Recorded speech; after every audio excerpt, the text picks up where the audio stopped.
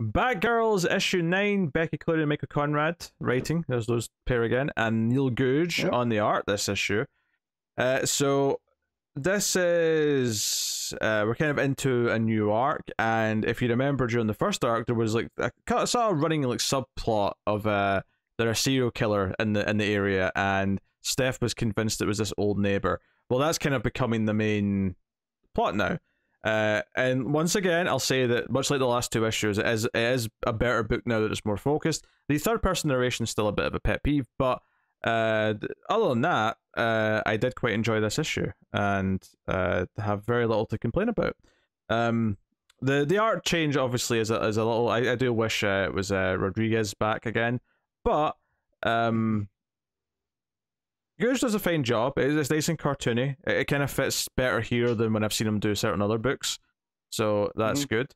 So the old man that Steph's been spying on, we see him like zipping up a bag, and it's like an arm sticking out of it, and like, you can see like an eye, like like part of a person's face, and it's like, oh, he is the killer, he is the killer.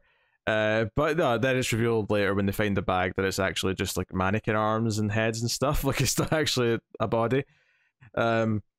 I mean, that's less creepy, but not much. Well, right? he's got a doll in the corner of this panel, so I assume this is just what he does. It's like he's either his job or his hobby. Yeah.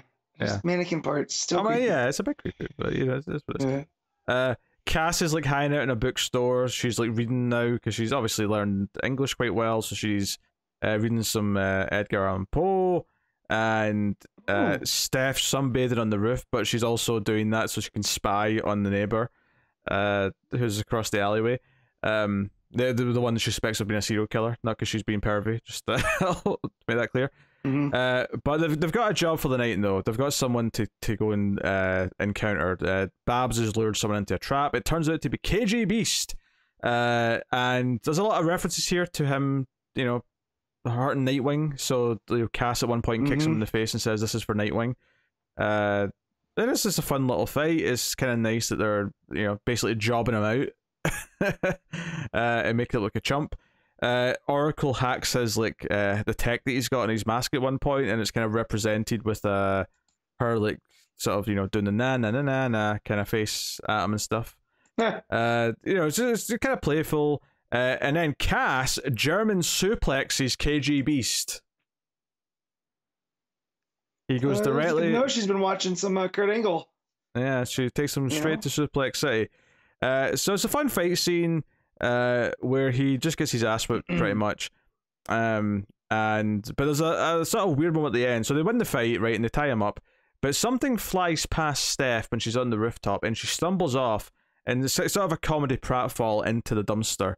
And like Cass just sort of turns in silhouette looking at her as she falls into this dumpster. And she's climbing her way out. But she gets kind of excited because she realizes that she's in the dumpster, that the old man she suspects is a serial killer has been put in his trash. And she's like, oh, there's some old letters, we could find something out about him from this. And she starts like going through stuff, and she finds the bag of body parts. And she's like, look, a leg, I found a leg. And Cass is like, it's a wooden leg. And it's like, wait, what? Damn it, I thought there'd be some clue.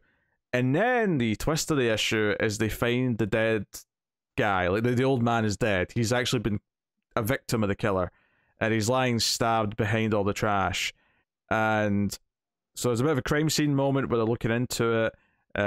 One of his eyes has been replaced with a fake eye, so Cass removes that before the police come. Steph removes that, and she's got like, the green on her face that she's going to throw up, but she's doing it. So very fun and playful. I really enjoy the art here actually, because there's a panel where Cass is just kind of doing the, you know, the sort of thinking face, you know, the Batman does sometimes with the hand on the chin. But the artist actually got the one eye like open quite wide as the other one's shut, as if she's got her eyebrow up, but obviously she's still got her mask on though, so it's got this kind of cool look to it. So yeah, it's fun stuff.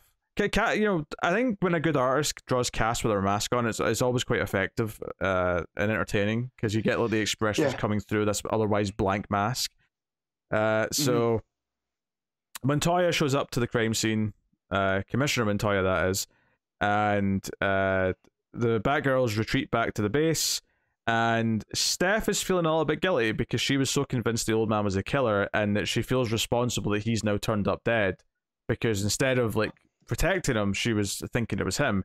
And Babs is like, no, that's not your fault. Like, those two things aren't connected. Like, so Babs investigates this fake eyeball. It opens up, and there's a note inside, and it turns out to be a cipher. So we have a very, Seven Zodiac style serial killer in this otherwise very fun, lighthearted, pulpy book, which is an interesting sort of thing. And they sort of realize, wait a minute, does this mean the killer's been leaving clues at all the crime scenes? And they go, well, we don't know, because like the police are kind of like, keeping tight-lipped in what they're finding.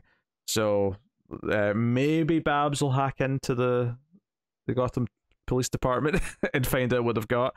The end of the issue, though, is revealing what flew past Steph earlier on. And it turns out to be Killer Moth, who is watching from a nearby rooftop. So, yeah, fun little ending. Setting up Killer Moth as a guest villain or character in this arc.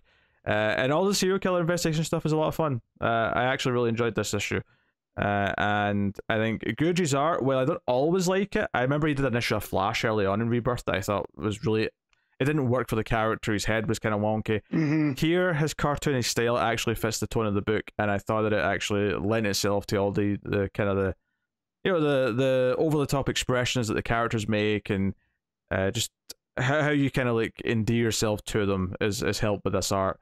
It's not my favorite art the book's had. I still go back to the original artist, which unfortunately is the worst arc of the book because it was too overstuffed. But this art does work here quite well. So yeah, I'll probably give this a solid 8. I think Batgirls has improved since its first arc is finished.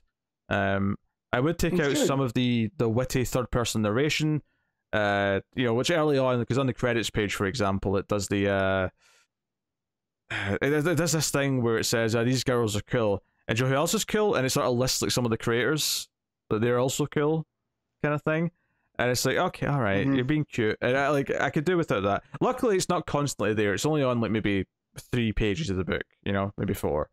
Rest of it it does without. But yeah. So there you go. That's Batgirls issue. What are we on? 9. Yeah. 8 out of 10. Yep, 9. Really enjoyed it.